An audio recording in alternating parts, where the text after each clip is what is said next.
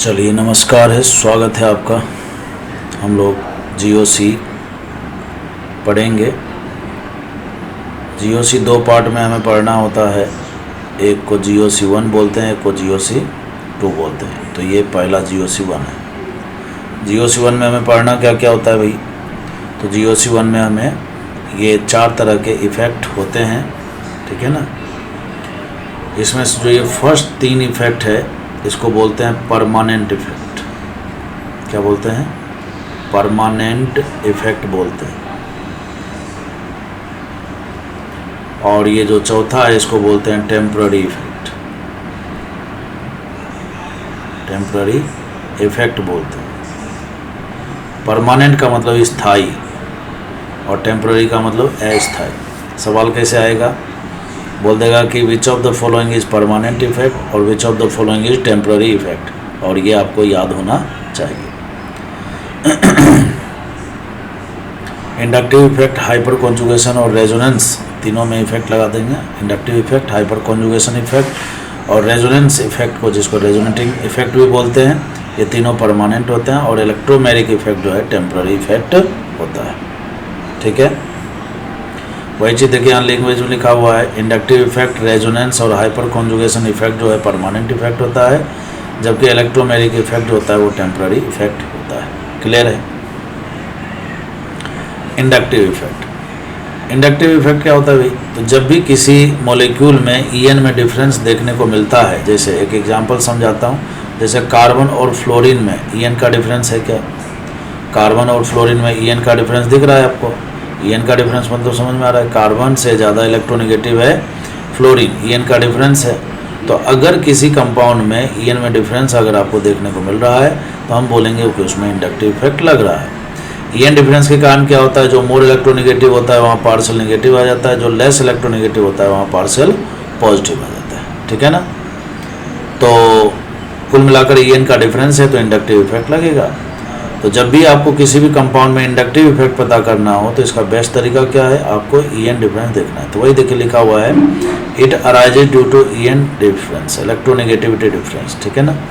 If EN difference is present in the given compound then inductive effect will takes place. Question कैसे आता है?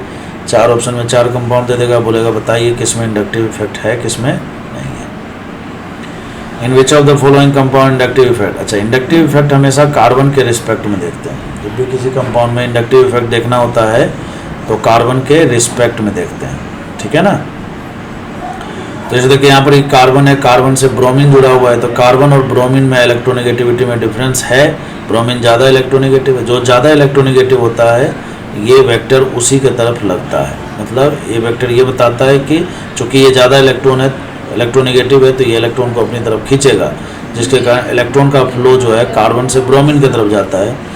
और जब भी ईएन डिफरेंस के कारण ऐसा देखने को मिलेगा तो हम बोलेंगे उसमें इंडक्टिव इफेक्ट है, ठीक है ना। कार्बन कार्बन में, जैसे देखिए यहाँ पर ये भी कार्बन है, ये भी कार्बन है, कार्बन कार्बन में ईएन डिफरेंस चेक करने के लिए हाइब्रिडाइजेशन निकालेंगे। वही देखिए यहाँ लिखा हुआ है, कार्बन में ईएन डिफरेंस चेक करने के लिए हाइब्रिडाइजेशन निकालते हैं। कार्बन में ईएन का ऑर्डर होता है, sp कार्बन सबसे ज़्यादा इलेक्ट्रोनेगेटिव, फिर sp2 कार्बन, फिर sp3 कार्बन होता है, ठीक है ना। चलिए जैसे ये क्वेश्चन देखिए, क्वेश्चन नंबर 2, यहाँ देखिए ये भी कार्बन है, ये भी कार्बन है, ये कार्बन कैसा बताइए? sp3। कैसे पता लगता है?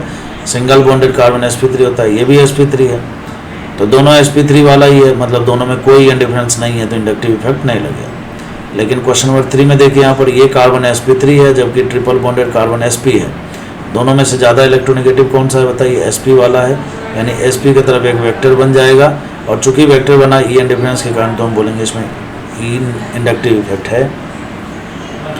इसी प्रकार से देखिए यहाँ पर कार्बन और ये कार्बन sp3 है, ये कार्बन sp2 है, ये कार्बन sp3 है, ये कार्बन sp2 है, ठीक है ना। तो फिर से ईएन का डिफरेंस आ रहा है इसमें, तो चूंकि ईएन का डिफरेंस आ रहा है तो इसका मतलब इसमें इंडक्टिव इफेक्ट लगेगा।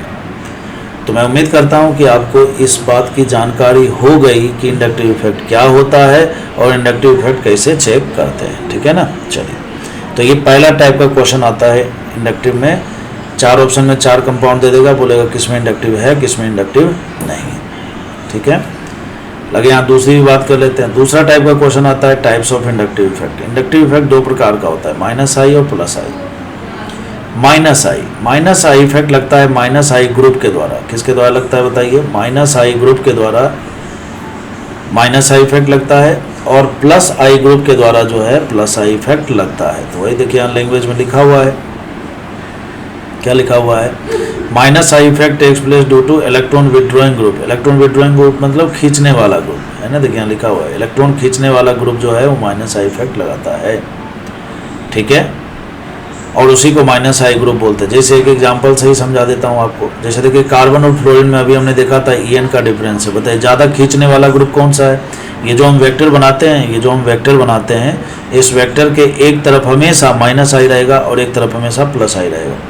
तो देखिए यहाँ पर फ्लोरीन ज़्यादा इलेक्ट्रोनेगेटिव है ना, तो ये खींचने वाला ग्रुप हो गया, तो ये माइनस आई ग्रुप हो गया, और इसी वेक्टर के दूसरे तरफ जो ये इधर वाला जो ग्रुप होगा ये प्लस आई ग्रुप होगा। एक ही कंपाउंड में दोनों ग्रुप प्रेजेंट होते हैं, जो खींचेगा वो माइनस आई, जो देगा वो प्लस आई, ठीक है ना। वही बात है यहाँ देखिए लिखा हुआ है plus I effect takes place due to electron donating group, electron देने वाले ग्रुप के कारण ईडीजी बोलते हैं या प्लस आई ग्रुप बोलते हैं। जैसे देखिए क्वेश्चन 4 ऑप्शन में 4 कंपाउंड दे देगा, बोलेगा बताइए किसमें कौन माइनस आई है कौन प्लस आई है। तो देखिए यहाँ पर ये कार्बन है, ये ऑक्सीजन है, कार्बन ऑक्सीजन में ईएन का डिफरेंस है, तो यहाँ पर एक वेक्टर बन गया, तो इस वेक्टर के एक तरफ का ग्रुप हमें OH दिख रहा है, तो OH चूंकि मोर इलेक्ट्रोनेगेटिव है तो ये माइनस आई हो गया, तो इस वेक्टर के दूसरे तरफ जो ये पूरा रिंग है ये प्लस आई ग्रुप हो गया। इसी प्रकार से यहाँ पर एक वेक्टर बना, इस वेक्टर वाले बॉन्ड के एक तरफ देखिए खींचने वाला ग्रुप है तो माइनस आई हो गया, दूसरी तरफ प्लस आई हो गया, ठीक है। इसी प्रकार देखिए ये sp3 कार्बन है और ये डबल बॉन्डेड कार्बन sp2 है, इस बार sp2 वाला ज़्यादा इलेक्ट्रोनेगेटिव है तो वेक्टर इधर बन रहा है, तो रिंग के ठीक बाहर जो ये sp3 CH3 ग्रुप है ये प्लस आई हुआ इस बार और ये माइनस आई हुआ। क्वेश्चन नंबर 4 में अगर हम देखें तो देखिए ये sp2 कार्बन है डबल बॉन्डेड, ये sp है ना, यहाँ पर वेक्टर डेवलप हुआ, जिस बॉन्ड में वेक्टर डेवलप होता है उस बॉन्ड के रिस्पेक्ट में ही है ना, उस बॉन्ड के रिस्पेक्ट में ही एक तरफ प्लस आई एक तरफ माइनस आई होता है। तो चूंकि ये ज़्यादा इलेक्ट्रोनेगेटिव है तो ये जो सर्कल किया हुआ ग्रुप है, ठीक है ना, ये माइनस आई हो गया और ये प्लस आई हो गया। अब आपको करना क्या चाहिए, इसको समझ करके प्रॉपर वे में नोट्स बनाना चाहिए। तो अभी तक आपको मैंने क्या बताया, 3 बात बताया। पहला, इंडक्टिव इफेक्ट क्या होता है, जब भी किसी कंपाउंड में ईएन का डिफरेंस होगा इंडक्टिव इफेक्ट होगा, ठीक है ना। तो पहला सवाल आता है किसमें इंडक्टिव इफेक्ट है और किसमें इंडक्टिव इफेक्ट नहीं है। दूसरा टाइप का सवाल आता है कौन माइनस आई है कौन प्लस आई है, ठीक है ना। ये तीसरा टाइप का सवाल आता है वो ऑर्डर बेस्ड आता है, वो हम बात करेंगे नेक्स्ट वीडियो में।